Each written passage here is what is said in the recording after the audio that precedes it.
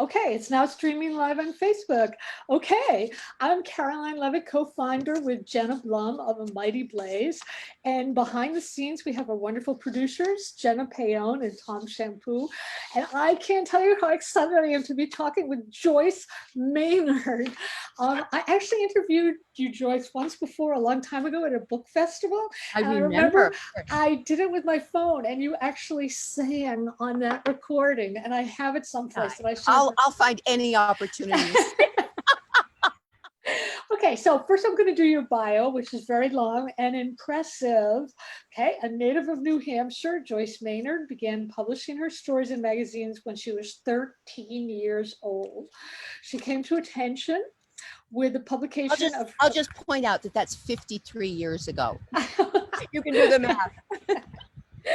With her cover story, an 18-year-old looks back on life. And I have to say that everyone I know saw that cover and still looks at that cover.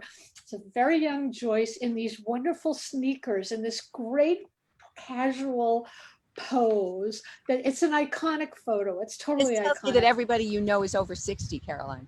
Well, you know. Since then, Joyce has been a reporter and columnist for the New York Times, a syndicated newspaper columnist whose domestic affairs column appeared in over 50 papers nationwide. She contributes to NPR and national magazines like Vogue, New York Times, and many more. And she's also a fixture at Moth Storytelling Group. Joyce is the author of 17 novels, including the novel To Die For and the best-selling memoir At Home in the World, which was translated into 16 languages. To Die For was adapted for the screen by Buck Henry and was directed by Gus Van Sant. And Joyce can be seen in the role of Nicole Kidman's lawyer. Labor Day was also adapted and directed into a wonderful movie. And Joyce even offered instructions for making the pies. And we're going to talk about pies a little later. Joyce is the mother of 3 grown children. She runs workshops in memoir at her home. She also has 3 online live courses under JoyceMaynardCreativeLives.com. She's a fellow of McDonough Colony and Yaddo. And here are the titles of her books, so get set. Under the Influence, After Her, The Good Daughter, The Best of Us, Baby Love, To Die For, At Home in the World, Labor Day, The Cloud Chamber, The Usual Rules, Where Love Goes, Internal Combustion, Domestic Affairs. Welcome, Joyce. We're so thrilled to have you at the Mighty Blaze. Everybody's really excited. I have so many questions to ask you. It's such a pleasure. You know, my only complaint with the line of work that we both share is that it's not very sociable, and I actually am quite a sociable person. Right. So this is a great moment for me when I get to and the great thing about this friend and maybe readers as well. And this kind of sociability is great too, because you're at your home, so you can always say excuse me and go in the other room. So I want to say you have one of the most interesting lives of any author that I know, because it seems to be as if your life is in acts. And I don't know if you'd agree. Seems like the first act was that iconic, an 18-year-old looks back at life, which was actually controversial because a lot of people felt, I mean, first of all, that article, if people out there haven't read it, you should read it immediately. It's wonderful and it's online. But a lot of people were very taken aback and thought, what does an 18-year-old know about life? And they were right. I don't know so much about that. The second act of your life was all your years with Salinger, and you produced this amazing... Actually, I have to say, I was only with Salinger for a year. For a year, really? That defined me in many people's eyes. It doesn't define me for myself, but... That's so interesting. After I published that first article in the New York Times, which was 1972, I got a letter from J.D. Salinger. Pretty heady stuff. I wasn't actually a big fan. I wasn't, you know, there were many people who, you know, for whom Catcher in the Rye was the Bible. That wasn't so right. Really what I responded to much more than the name was the way he spoke to me as a kindred spirit.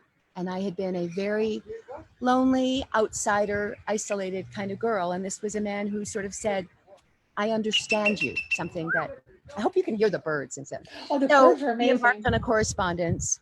I dropped out of Yale I had a full scholarship, that one kills me, to move in with him. He was 53 then. I was a very young 18, but I was only with him for a year. That's amazing. Then he, as it's a story that I tell in At Home in the World, that he sent me away in a very painful fashion a year later when I was 19. And for 25 years, it was not a story I told. So the really controversial book, I would say, was not the early, the 18-year-old story. It was my 42-year-old self finally giving myself permission to tell the truth. But that was, to me, that was incredibly brave and incredibly honest. And the really interesting thing is there were people saying how dare this woman take down our hero? But the thing was, you were the victim in so many ways. You were this tender young girl, and that book is aching when you read it. You just want to, rescue you in so many you ways. Did, Caroline. I have to say that was not the predominant response to that book. Those were different times. I was going to say it was different times. That was 1998. Male stuff. Yeah, it was very male centered. Maureen Dowd in the New York Times had an editorial about me in which she named my 18-year-old self as a predator. That's incredible. Very different times. Obviously, we've gone a long way since then.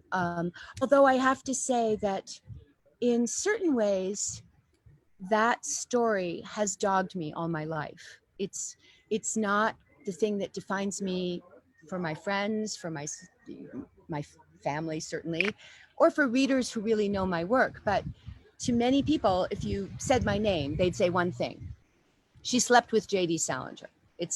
Of course, I find that a pretty offensive way to define any woman. Of course.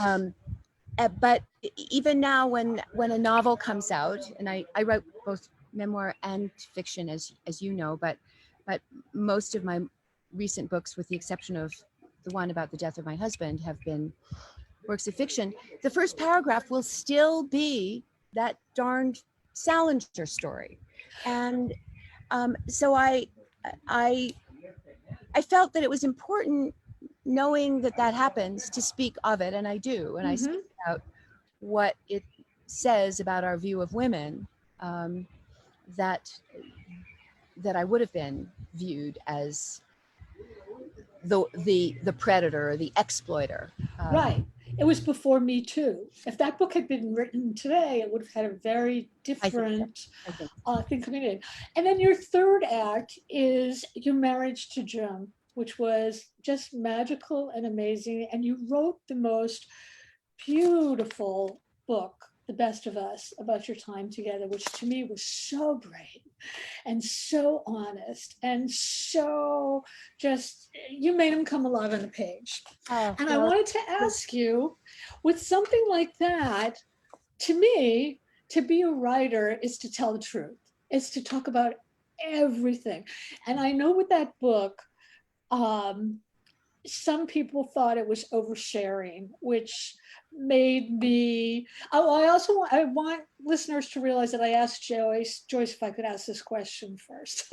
No she question, said okay. Honestly, but actually, I found that really offensive, and I also, when people said that it was oversharing, and I also found it ignorant, because it's a writer's duty to go to all the places where many people would like to go, but they're afraid to go or they can't go. It's one of the reasons why I teach memoir, and that is a real labor of love doing that I want to, nobody should need to be given permission, but I think many of us do, especially women, to be told you get to tell your own story. Nobody should ever silence your voice.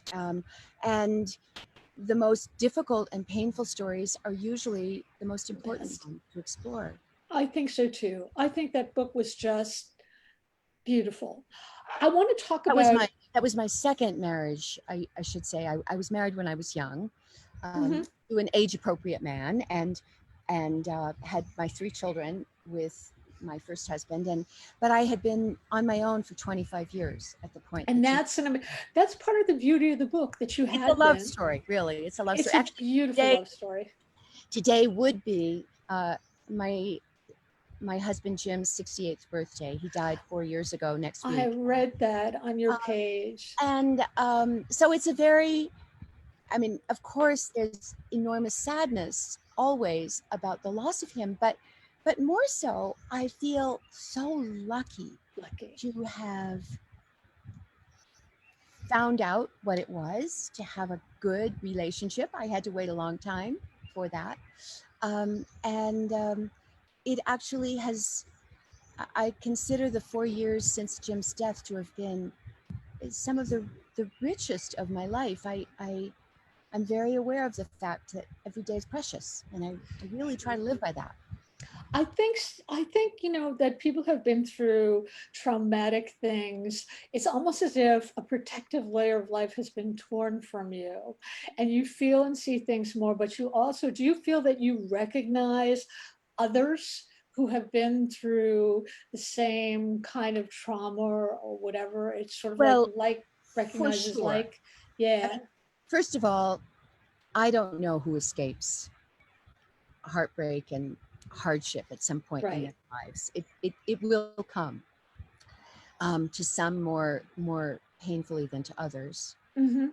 Right now, as a nation, we are certainly experiencing collectively, a the the multi-generational, hundreds year long pain of African Americans, um, and as we should. Um, but it's my job to acknowledge everybody's pain. Right.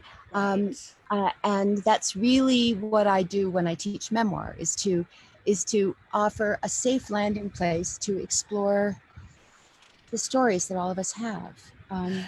I think too, when you tell the truth, it's incredibly freeing. You Yeah. have on one of your pages, you had something about in writing your story. You listed three things that I thought was just great. The first thing was stop worrying about being judged. I thought that's so great. Don't think about anybody else. Get over your fear of revealing embarrassing truths about yourself. Yes. And deal with loneliness and find your tribe. I think those are like completely beautiful. And Before we, incidentally, of course, I didn't, I wasn't born with those abilities. I, I come to that knowledge from having been a person who, who very much wanted to please, to be liked, to be the good girl. My first book, which was published in 1973, written while I was living with Salinger, it was called a memoir, looking back, it's called. Um, but there are many parts of that book that I have a lot of affection for, but in the 160 pages of my first crack at ostensibly a memoir, I never mention the fact that I grew up in an alcoholic family. I didn't want to hurt oh, my family. I wasn't even keeping a secret of my own. I was keeping their secret, my father's secret. And most dramatically, probably, I did not mention that I was living with a 53-year-old man at the time who happened to be J.D. Salinger. You won't find that in that book, although I was living in his house. that's so I was interesting. a secret keeper.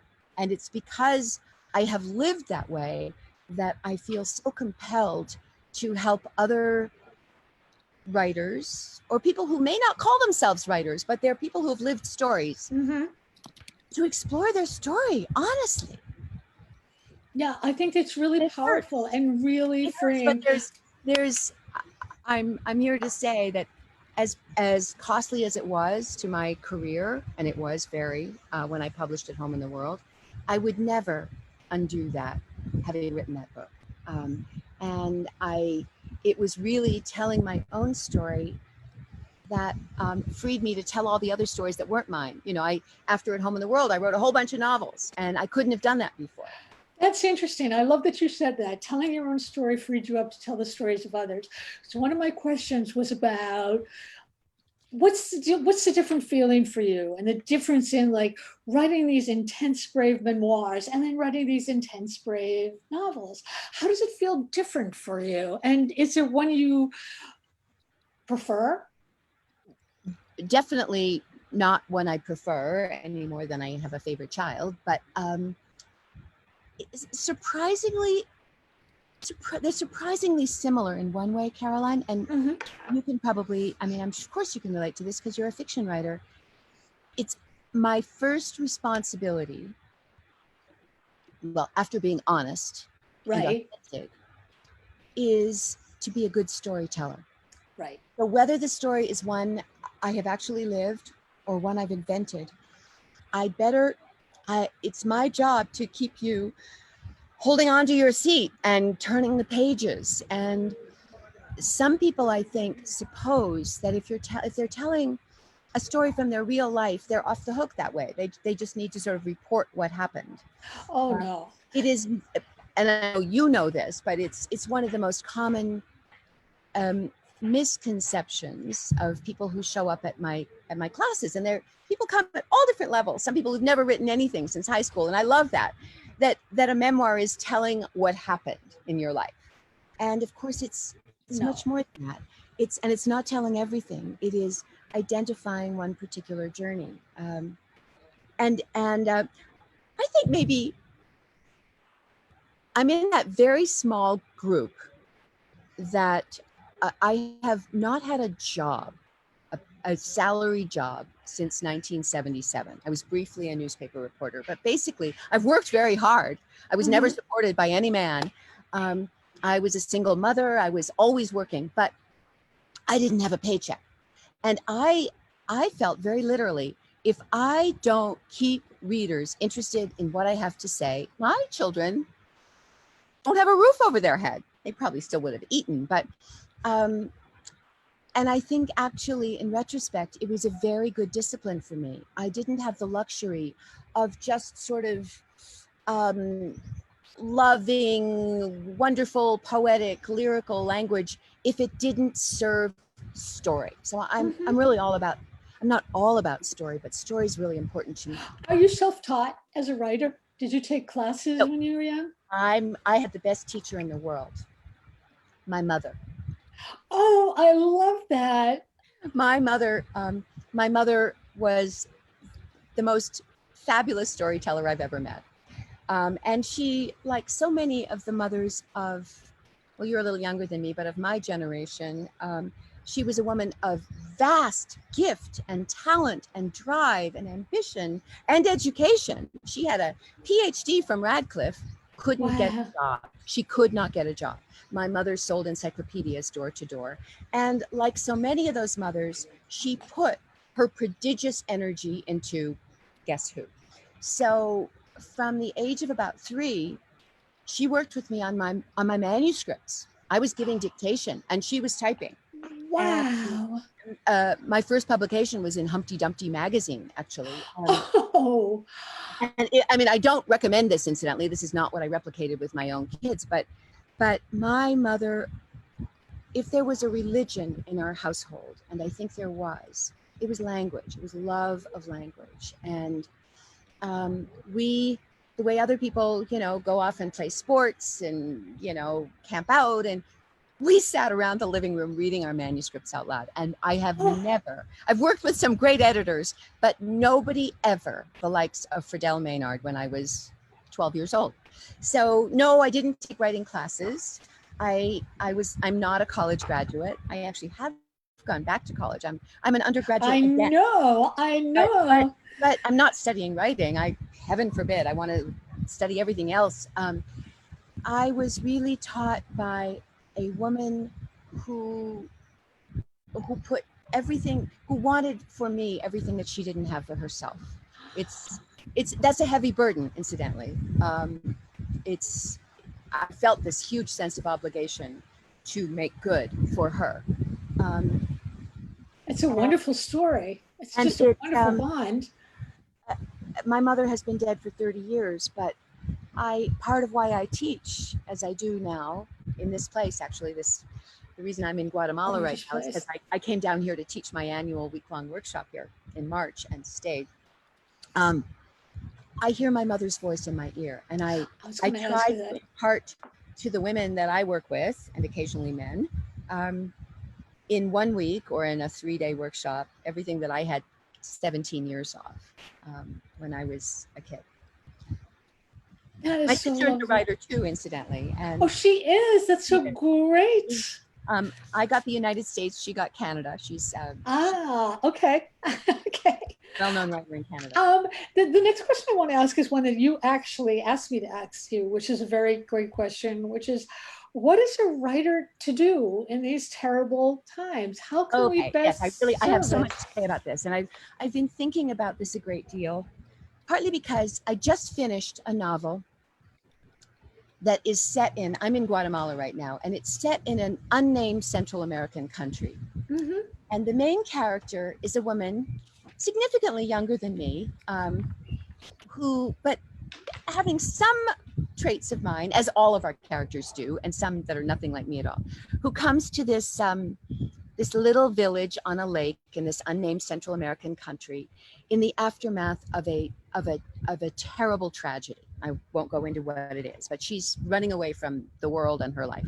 Okay. And she stays at a very strange hotel run by a much older American expat woman.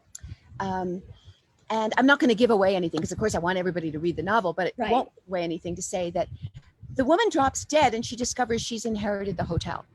She was the only guest at the hotel. And Wow. suddenly, here she is in this tiny little Central American village. And the novel goes on to explore what happens and how life in that village heals her in some surprising ways. She faces some huge challenges and some tragedy. Okay, so that's the basic situation.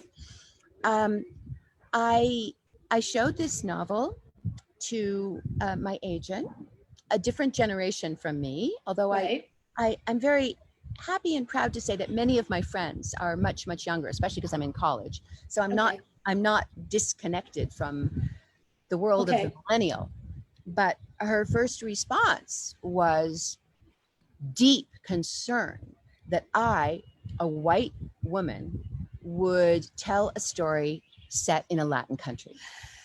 Now, I have to say, and of course, she invoked what everybody invokes when they're talking about, the dangers of appropriation, the novel Right. American Dirt. American Dirt, right. Which I haven't read, but whose author I will defend forever for the right to tell that story. Mhm. Me, the job of a writer is not simply to tell what she has already lived and knows, but to explore imaginatively worlds she doesn't. That said, I would never have presumed to write a novel appropriating the point of view of an indigenous person in this village, one of the men that are currently working, you may see behind me. I can't do that. I have only, I think, twice written a Black character. And I feel it would be, once again, presumptuous of me to attempt to portray experiences and voices that are too far from my own. I grew up in a very white place, New Hampshire. I don't think Black readers want that from me.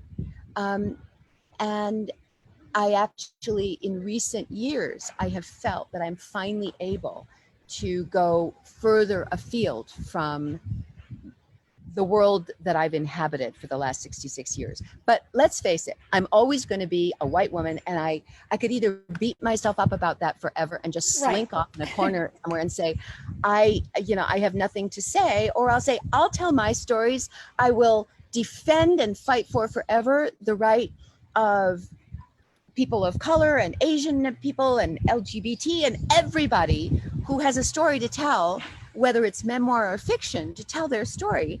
But I'm deeply saddened and troubled by what's happening in publishing, that many writers, and you and I are in this category, who do not fall into the diversity category. I mean, I could name all sorts of ways that my experience is, has carried my own kinds of sorrows and challenges, but I'm not going to presume to know Black experience, and I'm not going to try and tell it. Actually, I celebrated, Jodi Picoult did publish a couple of years ago a novel that I thought was very brave, and some people gave her a really hard time for doing it, in which she did make that big leap. But in any case, my novel is about a white expatriate woman in this So very, why did your friend object to it then? um, what she said was that the world is going to give me a really hard time. And to that I said, you know what? And this goes back to what you were saying. They've already before. done that. I can't please everybody. Right. So be it. If there are people who are going to say about me that I'm appropriating, I will accept that I can't please everybody. And I feel as if it is my job to tell the stories that I can tell well. And I will not take up the space of other people who have different stories to tell theirs. And I'm pleased to see, even just in the last couple of weeks, the degree to which the world of publishing and reading is acknowledging the need for examining more closely those other stories and those other books. I think it's been happening for a long time, actually. I'm taking classes at Yale. I took a class this spring until Yale went online in the literature of the Black South. That class wouldn't have existed at Yale when I was there. Right. In That's right. 1971. That's right. It did not exist. Nobody was reading Zora Neale Hurston. So what is this? What is the second novel? What is the second? So in any case, I'm, in answer to your question, I'll just say that I think it's paralyzing to start trying to second guess. Yes. The readers. You write the story you must write, and some people won't like it. And you cannot predict the marketplace. You cannot let your creative energy be shaped by the marketplace. There are readers that I hear from all the time. I have a really wonderful world of readers that I know, and a surprisingly big one. When I go on a book tour, I see friends all over the country at this point because I've been doing it a long time. But so I'll think about Amy Persicchini in Kansas, or Helene Banner in Florida, but I will not try to please some critic or some literary thinker about whether I get to do it.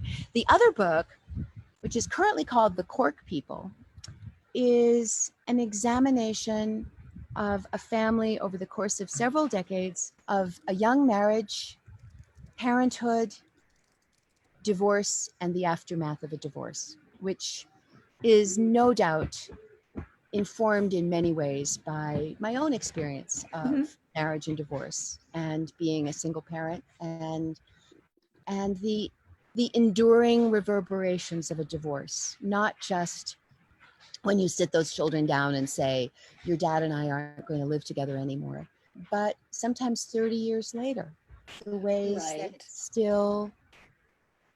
it still haunts a family. So it's the most ambitious novel I've ever written. And I can't wait. And I can't wait. I think that's the one that's going to come out first, which would be next summer. Okay. And actually, I'm really interested to hear. There's a big controversy going on in my life, in my little world, about the title. I believe this book should be called The Cork People, and I can explain why it's called. But I have also been told by some people that that's a really terrible title. So why? Well, it's not about people from Cork, Ireland. I should say that. Okay. The main character in the book is a woman, the mother, who lives in rural New Hampshire, raising her children in a place very similar to where I raised mine with their father. And every spring, in the first week when the snow has melted, she and her children have a tradition that they make little paper boats, and they make little people to go in the boats, and they go down to this brook that's just down the dirt road from where they live, and they launch these boats into the water, and they run along the edges of the brook and follow them for as long as they can. And the people in the boats are made of cork. They're cork people. They're made of wine corks. And of course, some of the boats make it, and some of the people make it, and some do not. And that's why the book is called The Cork People. And I don't think I need to explain the metaphor that that's a lot like what happens. No, I think it's a great title. But it's baffling. I know that. And I'm sure when I said The Cork People, you had no idea what I was talking about, right? You have two questions from the audience. Oh, great. The first question is, how is your writing How is your writing affected you during this pandemic? Are you writing more or less? I could hardly write more. I'm writing all the time. Yes, it's been. I'm a pretty prolific writer in general, but for me, this has been a real gift that I've been in this beautiful, quiet place. There's a hawk circling overhead. There's a pelican that just landed on the lake. Gorgeous. And it's very, although there is enormous struggle going on here in this village, it's not really struggle with the virus. It's the poverty that comes with all the tourist money having dried up. There were Americans traveling here who have left, and hotels are closed, restaurants are closed, people have lost their jobs. Oh, here comes the kitten. She's going away. Anyway, so I am in a very quiet place, removed from the world, and I don't see the name of that reader, but it just says a question from the audience. But I've, as I said, I finished a whole novel, a draft of the novel that I call The Bird Hotel, while I was here, and I'm sort of exploding with ideas. Yeah. Rena is the name of the first question. Rena. Great. Yes. Thank you, Rena. They have another great question. What has Joyce done? Some of this you talked about already, but this is kind of like edging in a different way. What has Joyce done to keep herself steady to write, especially when she's been targeted with ridiculous criticism for telling her stories? So I guess it's like, how do you keep yourself steady? How do you keep those voices? I think, well, the big moment of walking through the fire was the fall of 1998, when At Home in the World was published. And I was then, I guess I was 44 years old. And it was the moment when I had to really, a person who had, for all of my life, been a pleaser and looked for the affirmation of the outside world to confirm that I was okay. I had to really say, am I not okay because the outside world doesn't think I am? And I determined, no, I'm not going to listen. I hope, I won't say I'm not going to listen. I hope I always can hear loving and constructive criticism and thoughts about what I have done that has been wrong or hurtful or could do better. But I knew that I wasn't the person that I was described as being. I sometimes tell the story of right after At Home in the World was published, I went to the Key West Literary Seminar. Thanks to the invitation of my friend Judy Bloom. I would never have been invited if it weren't for Judy, because I was persona non grata that year. But as I took the stage, we're talking about the winter of 1998 or 1999, the beginning of 1999. As I got up on the stage to talk about a memoir that I was deeply proud of, a story that was true and real, of an 18-year-old girl being asked to leave her life and transform herself to adapt to this very powerful man. One entire row of very famous, very celebrated literary figures got up en masse and walked out of the room. That's so what do I do at that point? What do I do at that point? Do I just sort of, go slit my throat? Or do I say, I don't think I'm going to let their ignorance, I'm sure they never read the book, they didn't stay around to hear what I had to say, tell me who I am. And it's actually been an enormously freeing thing to have been so criticized and to have survived such criticism. And that's not the only time that's happened. I've done many things that, that people have been shocked by and have written about, have excoriated me for. And usually the reason they know about them is because I tell. That's interesting. It sort of reminds me of, how vilified Monica Lewinsky was when she was young. Just this young little intern, and she was the butt of all these jokes. And of course, I was often compared to her. Really? You were? I didn't know that. At Home in the World came out the same fall as her book, and I felt enormous sympathy for her, at the same time that I also felt somewhat offended. I've been a writer for decades. I was not telling about a celebrity relationship. Right, I right. was, in fact, the book that I was writing was about much more than, it was not a book about Salinger. But yeah, I mean, the list is long of women who have been attacked and condemned for telling the truth. Yeah, yeah. And luckily that is sort of changing. I wanted to ask you, oh, also the second question was by a woman named Priscilla. Thank you, Priscilla. I wanted to ask you, do you feel like you should be writing? I know what your answer is going to be, but I'm going to ask you anyway. Do you feel like you should be writing about the pandemic itself and the political situation? Or do you Well, feel like those aren't the stories you want to tell, and so you're not going to? I mean, first thing I would say is I regard myself as a very political person, although frankly, I don't know what it means to not be political in these Right, times. And to not, right, if right. political means caring about health and children and nature, the environment and the future and our fellow men and women. And, but um, it is not my job to proselytize in my writing. It's my job to tell a story. And Right.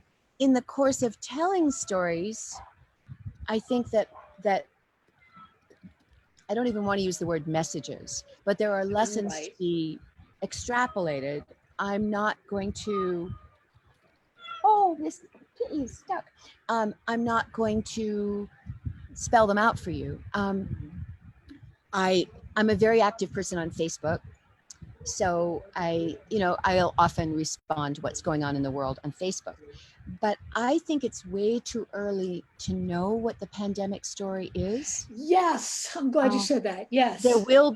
I think there will be extraordinary fiction, nonfiction, and Hmm. there are already wonderful short essays that, I'm reading online that people are writing. But we are still in the middle of the story, and we don't Right. know how it will land. I published a novel On years 9/11. The Usual Rules, and it was probably, I'm actually pretty sure it was the first novel published after 9/11 that dealt with a 9/11 loss. The central Hmm. part of that book is a 13-year-old girl whose mother goes off to work that morning and never comes home. Um, and I started writing that novel a month after. That's so But soon. in fact, that was that was a very different situation. I wasn't really writing about 9/11. I was writing about the loss of a parent. And that is a universal. The pandemic is very specific and particular.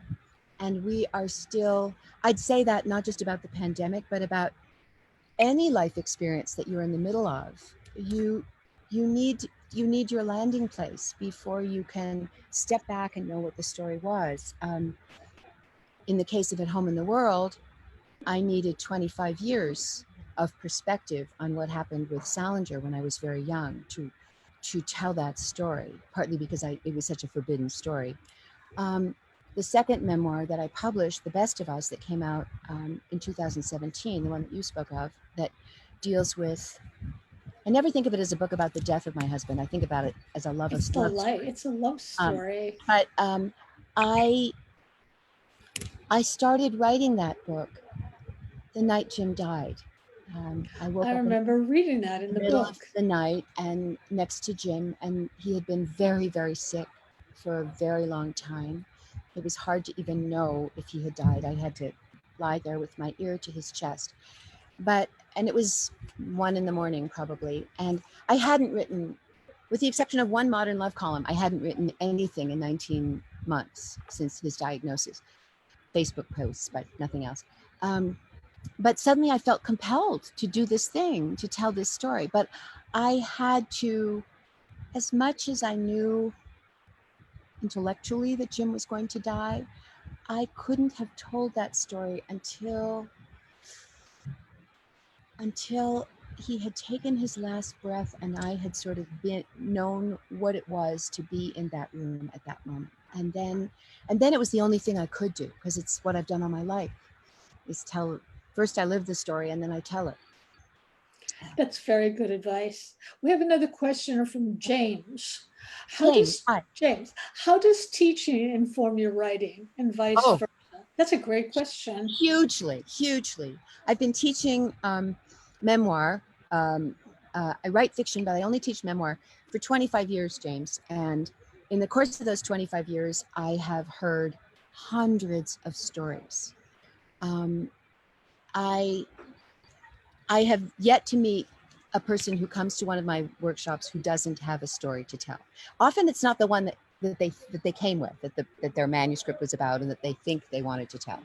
But we find their story, and they always have them.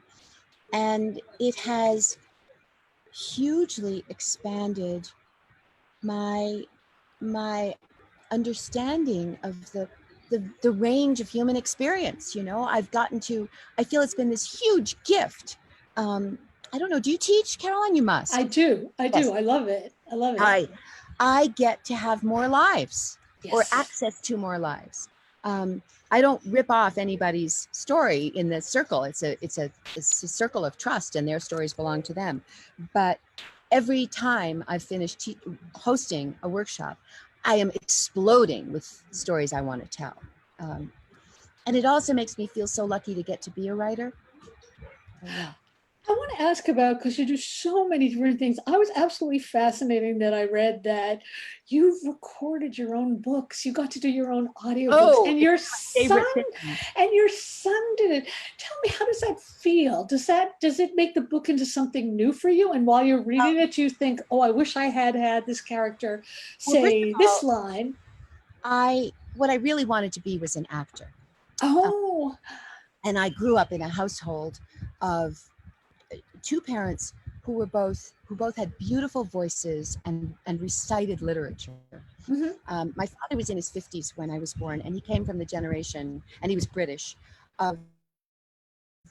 where you memorized great numbers of poems. My father had all of the Bible committed to memory, the Old Testament, and my mother a huge amount of Shakespeare. Are you hearing me okay? Yeah, I hear you fine. I'm getting a message. But I had an unstable connection. So okay. I was hearing poetry, I was hearing literature. I care a lot about the rhythms of language, and and performance matters to me. I mean, good performance, authentic, not performance, but reading well. So it was a real natural for me to want to read my work. When I'm writing, I don't know if you do this, but I read my work out loud. Oh yeah, I do too. And so it needs to sound right, and you discover a lot when you. So anyway, it's a joy to do my books. I've done, I think my last 6 books I've recorded, and I hope to always. The only reason that I didn't record Labor Day was that the point of view, the voice is a male voice. Oh right. My son Will, my younger son, is an actor. So, and he actually does audiobooks now. He's done. Oh, that's wonderful. So Willie did a great job on Labor Day. But all the others I've done, and I hope I always will. Yeah, it's just. I love that. So let's move into like the other thing that you do is with movies. When you see your books translated into movies, do you feel like it's a different entity? It only happened twice, Caroline. Yeah, twice is a lot. Twice is a lot, and they were big movies. They were big movies with big stars. That's an amazing thing. When you saw that, did you think? Did you recognize that it was a different way of telling your story? I think one of the things you have to do when a book of yours is adapted for film is let it go and accept it is no longer your child. You give it over to the director and to the screenwriter, and they have to have their vision. That said, To Die For in particular, I would say, was a very successful and very gratifying adaptation of my novel To Die For. I think Buck Henry who died just recently and was a dear friend, did a fabulous job. I think it's one of Nicole Kidman's best performances. Oh, it's a wonderful movie. And it's just plain a kick, you know. Labor Day is set in the year 1987, and the filmmakers took over an entire town in Massachusetts, Shelburne Falls, Massachusetts. I read And that. transformed it into 1987. To pull up into this town and see it filled with cars that are, from that year, and people wearing the clothes of that. And it all came from something that was in my head, is pretty thrilling. I think maybe why I've been fortunate to have 2 books made into films is that when I'm writing, and I give this advice to writers, I'm sure there are writers listening right now. I like to think of myself as making a movie, but making an extremely low budget movie on my computer. So you think And visually? I think, well, not just and the sound and the editing and the lighting even. Okay. I'm the movie star. I'm the costume person. I'm definitely the camera person, knowing when to zoom in, when to zoom out, when to cut.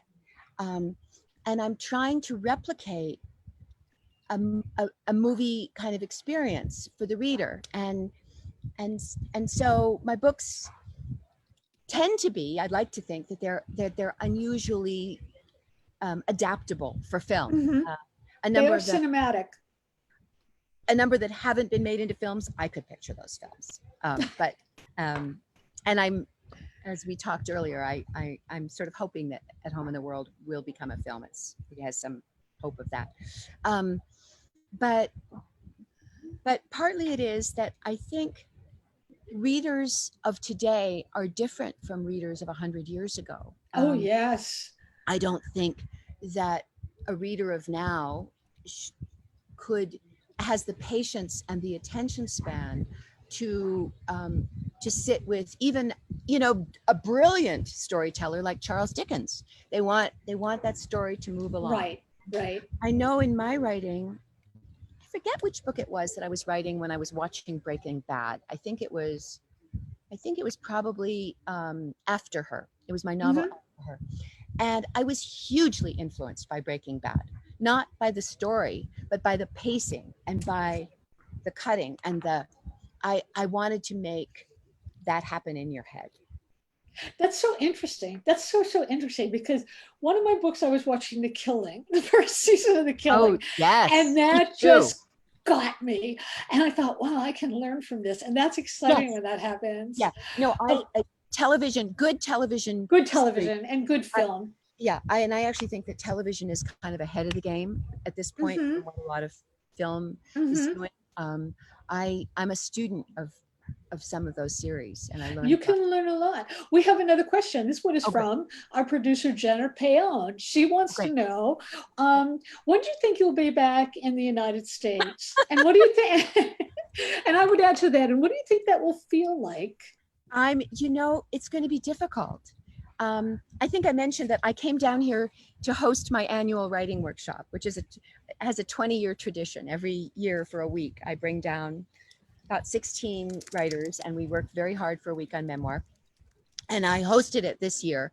And over the course of that week, the world changed.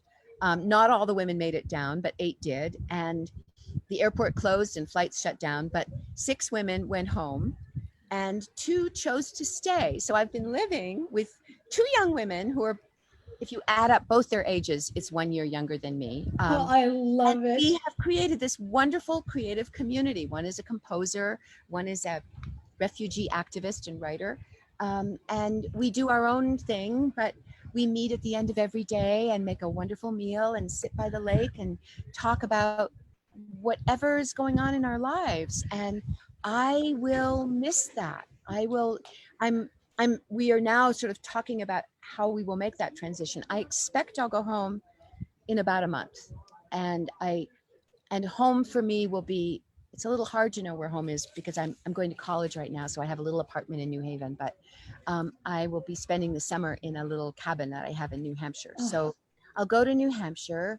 I'm teaching a writing workshop at the end of July so that I'll have enough time to sequester myself for 2 weeks before that workshop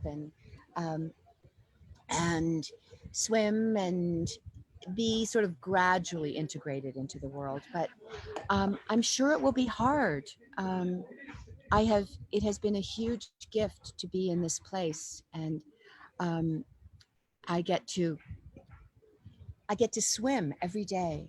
Just that. I get to be in a gorgeous garden. I think I want to see if you can. I'm going to just turn this around. I don't know if Oh you can my see my God, garden. it's It's beautiful. there's so many flowers and orchids and plants and It's soothing. It's just um, soothing to you look at probably that. won't see the volcano because it's going to be too backlit, but I'll just Oh, turn it but look around. at that. Yeah, there is a That's, volcano there. oh, there Yeah, it is. yes, there's the volcano. Yeah.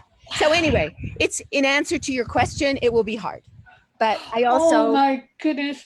I also Okay. look forward to seeing the people I love eventually.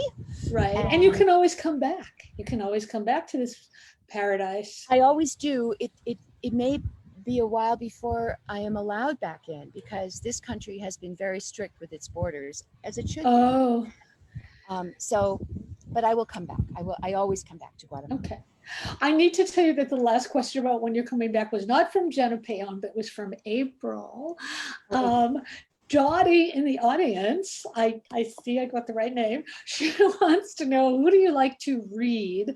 And then I have one more question for you about pies that I'm dying to talk about. But first, tell us who you like to read and why.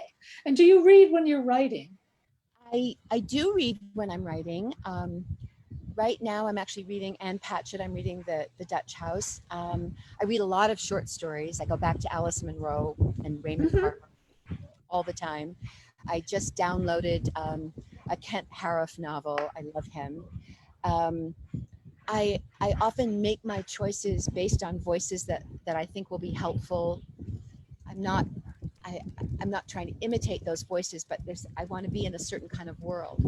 Um, I listen to a lot of music, not while I write, but before I write. That's interesting. What music is? Does it have to do with the book or? I create a soundtrack for my characters. So it could be a heartbreak country and western soundtrack. It could be a 1950s. For After Her, I had a character who was a total Dean Martin kind of a guy, and I listened to a lot of Dean Martin.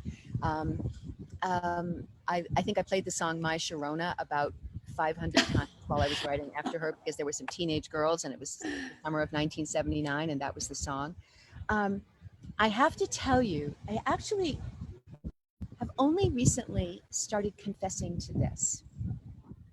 And it's particularly difficult. I won't say embarrassing because I don't let myself be embarrassed by things, Okay. but it's difficult to say this to somebody like you who I know reads. You are such a wonderful and generous reader, Caroline, and you read Thank other you. alleys and I have had a big reading problem all my life that I haven't talked about. And I've kind of Oh, kept it secret because it was so embarrassing. And I would be asked the question, who are your favorite writers, or, what books are you reading? And I couldn't even think of it sometimes. And there were so many books, sometimes books written by my dear friends that I should have read that I hadn't. I'm a very slow reader. I've always known that. But then I went back to college a year and a half ago, and I took a French class with a very smart French teacher. And I had my very first quiz. It was the first quiz I'd taken in 50 years, And I thought I was going to do really well. I'm good at French. And she called me up after the quiz, and she said, I had done terribly. I got a D on the quiz. wow. And she called me up and she said, have you ever been tested for learning differences? That's interesting. I kind of choke up when I tell this story because nobody my age was tested. It didn't. That's right. It That's didn't right. exist. But the minute she said it, I knew. It was as if she had told me something about myself that I had experienced the consequences all my life without ever naming it. So because I was at Yale, and Yale has, state of the art everything, I was sent over to the Learning Differences Center, and I had a series of interviews to see if I'd qualify for this testing because it's very elaborate, expensive testing. And yes, I did. And it was all part of my Yale program. And I discovered that I have massive ADHD, actually massive. Wow. And as a result, I am not a well-read person. One of the things actually that has been good about being here is that I have done better at reading than I normally do because I get so distracted and my world is sort of narrower here. But for me, you know, when somebody sends me a book and says, you know, would you write a blurb? I so appreciate the way you do this, Caroline, because I know you read a lot of galleys. For me to read somebody's novel is probably a 3 or 4 week proposition. Wow. Yeah. So anyway, just to say that, and I actually, this wasn't terrible news when I got my test results. I would think it would be a relief. It was a relief, and it was a gift, and and it also helped me understand some things about myself that I like very much. One of the things that I'm sure there are people listening who have ADHD, and maybe there are some people my age who were never diagnosed, you know, for whom will apply. The same things that have made it so difficult for me to read are partly why I wrote Labor Day in 12 days and Baby Love in 2 weeks and The Bird Hotel in 3. I can hyper focus. And when I'm distracted, I'm completely distracted. I'm doing a million things. And when I'm at my desk writing or wherever it is that I'm writing, nothing else exists. This was a problem when I had young children, of course. So I wrote stories, but couldn't do that. That's great though. And so, yeah, I actually think, looking over my books, I think they're books that are good for people who have ADHD. I sometimes at least once every 2 weeks, I'll get a letter from somebody who says, I have a reading problem. I have a really hard time finishing books, but I always read yours really easily. And I don't think that I'm like writing easy books. I think I'm writing stories that somebody like me will stay with. And so anyway, right now I've probably read more books in this 3-month stretch here. I've been reading some history. I'm really interested in American history. I was taking a Civil War class and I managed to actually keep up with my Civil War reading, but it was hard. It was hard. That's so interesting. Okay, the last and important question is about pie. To me, that seems like a wonderful metaphor where you take all these things and create this delicious thing, and it feeds people and it looks great and it smells great. Yes, I mean, I don't want to make more of it than it is, but my mother, who was brilliant in so many ways, was also a great pie maker. And 30 years ago, she was diagnosed at the age that I am now, 66. She was diagnosed with an inoperable brain tumor, and we knew she was going to die. I didn't know then how young 66 was, but I went to take care of her that summer. And my mother was a wonderful hostess, and her friends would, she was living in Toronto, and her friends would say to me, when they came to say goodbye to her or just to see her, we're going to miss her and we're going to miss her pie. So I started teaching her friends. The first thing they said was, can you give us the recipe for her pie? Right. It's good pie. We're speaking of crust here, of course, because that's the tricky part for people. Not for me and not for any of my pie students. Every pie recipe is the same. It's how you handle the dough. And the only way to find out is to see somebody do it, to be in the room with them. So I started teaching my mother's friends how to make a pie. And I probably gave 15 pie lessons that summer. And when my mother died, which also marked the end of my marriage to my children's father, it was a very hard, that's very in my hard. life, fall of 1989. I found it a very comforting thing to make pie. And at first I was just teaching my friends.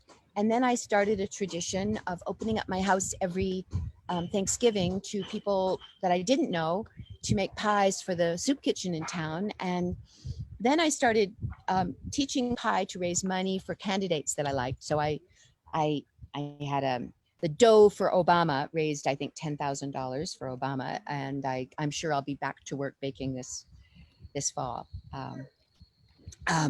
But it is a meditation, of course, and maybe it goes back to the ADHD.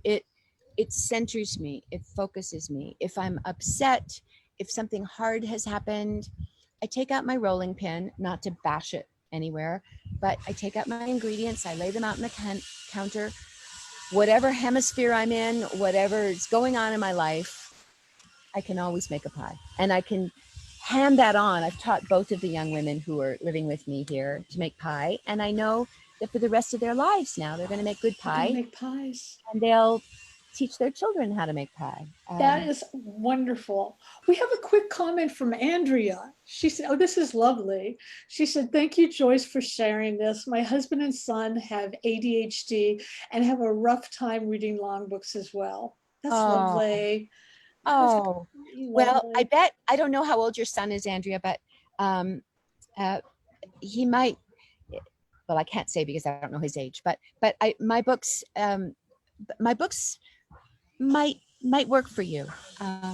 And I also think it's so important to recognize the gift that ADHD is, as well as the challenge.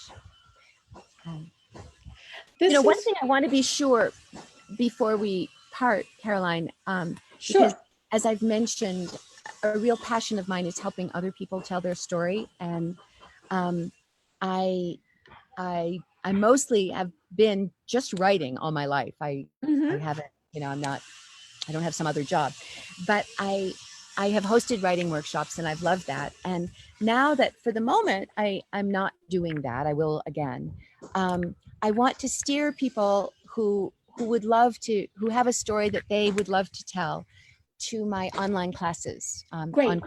It's Creative Live, and I'm really proud of these classes. So that it's everything that my mother ever taught me. She taught me well. That sounds absolutely amazing. I cannot thank you enough, Joyce. This is so much fun to see you. Oh, it's so much fun to see you. I don't know why we have to wait for books to come out to do this, because you know what? Because we're like doing 8 million things at once, and I appreciate this so much. And everybody who is listening, you should buy every single one of Joyce's books, preferably from your favorite indie bookstore. Oh, Joyce, you were going to mention a favorite indie bookstore. Oh, yes, I was. I'm going to say Toadstool Books in Peterborough, New Hampshire, because I'm a New Hampshire native. And wherever I ramble and roam, I always go back to New Hampshire. That is great. So buy from your favorite indie. You can buy from bookshop.org. You will love all of Joyce's books. And thank you, Joyce. I'm just so happy to see you in your backyard. Really and this will live on Facebook, and I will talk to you soon. Hope so. Okay. I have to figure out how to stop recording it.